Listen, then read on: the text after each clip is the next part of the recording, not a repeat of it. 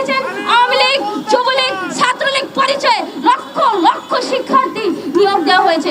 কেন তারা অবৈধভাবে নিয়োগপ্রাপ্ত হয়ে চাকরি করবে? যেখানে 26 লাখ শিক্ষার্থী মেধা, দক্ষতার, যোগ্যতায় নিজের বাপের টাকায় নিজের টাকা আবেদন করতে চাচ্ছে, সেখানে তাদেরকে নিয়ে নাটক করবেন। আপনি চাকরিটা তাহলে দিবেন কাকে? সেই আওয়ামী লীগ সরকারের নাতিপুতি দিয়ে যাদেরকে চাকরি দিয়েছে, সেই আওয়ামী কোটা তাদেরকে দিয়ে আপনি চাকরি করবেন। তাহলে আমরা কি রোহিঙ্গা আসছি নাকি? আজকে 2টা মাস আমাদের উপদেষ্টা মহল ক্ষমতা গ্রহণ করেছে এবং আমরা যাদেরকে উপদেষ্টার আসনে দিয়েছি, 2টা মাস ক্ষমতা থাকা সত্ত্বেও আমরা এ পর্যন্ত কয়বার প্রোগ্রাম দিয়েছিলাম?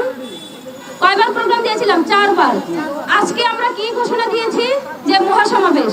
আমার কথা হচ্ছে একটা, প্রতিবার গাড়ি ভাড়া করে আসবো না, দ্বিতীয় কোনো ডেট ঘোষণা হবে না।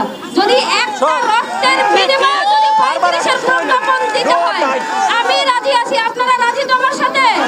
রাজি আছেন তো? 30-এ আমাদের সার্টিফিকেট ইনভ্যালিড হয়েছে মানে আমাদের মেরুদণ্ড ভেঙে গেছে, আমরা সমাজে ইনভ্যালিড হয়ে গেছি। আমরা সমাজে কোথাও আমরা মুখ দেখাতে পারি না, বলে পড়াশোনা করে কি করেছো? কখনো এটা তলিয়ে দেখা হয় না যে 93% কোটার বিনিময়ে আমাদের সাথে বৈষম্য করা হয়েছিল। ছাত্রলীগ, যুবলীগ পরিচয়ে, আওয়ামী লীগ পরিচয়ে শত শত লক্ষ লক্ষ চাকরি দেওয়া হয়েছিল। যখন উপদেষ্টা মহল সরকার ক্ষমতায় আসছিল, আমি ভেবেছিলাম এই সমন্বয়ক এবং উপদেষ্টা মহলেরা সর্বপ্রথম ওই আবিদ কাকুর থেকে প্রশ্ন কিনে যারা চাকরি করেছে তাদেরকে বাদ দেওয়া হবে। আপনারা কি কেউ জানেন আজ পর্যন্ত আবিদ কাকু থেকে প্রশ্ন কিনা একটা শয়তানকেও কি বাংলাদেশ থেকে তাড়ানো হয়েছে? সচিবালয় থেকে সচিবালয় যত আমলারা আছে, একজন আওয়ামী সরকারের আমলে অবৈধভাবে নিয়োগপ্রাপ্ত একজন সচিবকে বা অথবা একজন আমলাকে কি তাড়ানো হয়েছে? তাহলে এখন এই রাষ্ট্রের উচ্চ পদস্থ স্থলে কারা দখল করে আছে? সেই আওয়ামী সরকার। একজনকে শুধু তাড়ানো হয়েছে, আওয়ামী সরকারকে, এবং তার লেজের বিরুদ্ধে যত শয়তানগুলো আছে আজও কিন্তু ক্ষমতা আছে। আমাদের এই দাবিগুলো এখনো কারা বাস্তবায়ন হতে দিচ্ছে না? ওই সচিবালয়ের শয়তানগুলো কিন্তু এখনো বাস্তবায়ন হতে দিচ্ছে না।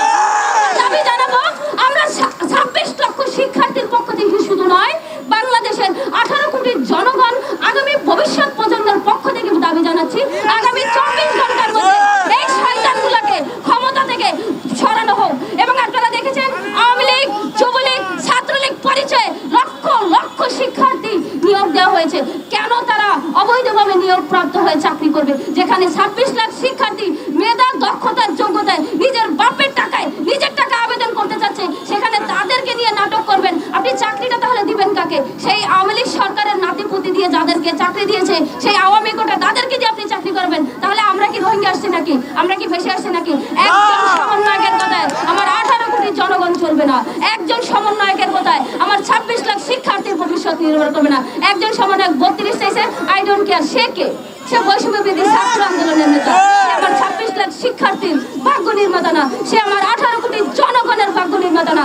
আমি তার বক্তব্যকে সর্বসাকুল্যে প্রত্যাহার করলাম। আমি তার বক্তব্য মানি না। আমার 26 লাখ শিক্ষার্থীকে যদি জীবিত দেখতে চায় তাহলে আমাদেরকে 35 দিয়ে যেতে হবে, না হয় প্রধান উপদেষ্টার বাসভবনে 144 দ্বারা ভঙ্গ করে আমরা সেখানে যাব।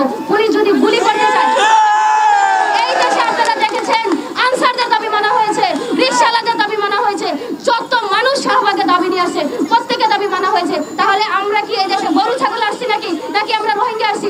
আমরা প্রত্যেকে মাস্টার্স করা শিক্ষার্থী। হয় দাবি বাস্তবায়ন করে দিবেন, না কত রক্ত আপনারা দেখতে চান? আমরা স্বেচ্ছায় নিজেদের জীবন, আজকে লাশ আপনার প্রধান উপদেষ্টার বাসভবন পর্যন্ত আমরা দেখে হাত তুলে দেখিয়ে যান। সার্টিফিকেটের মেয়াদ শেষ, আমরাও শেষ, সমাজ আমরা মৃত।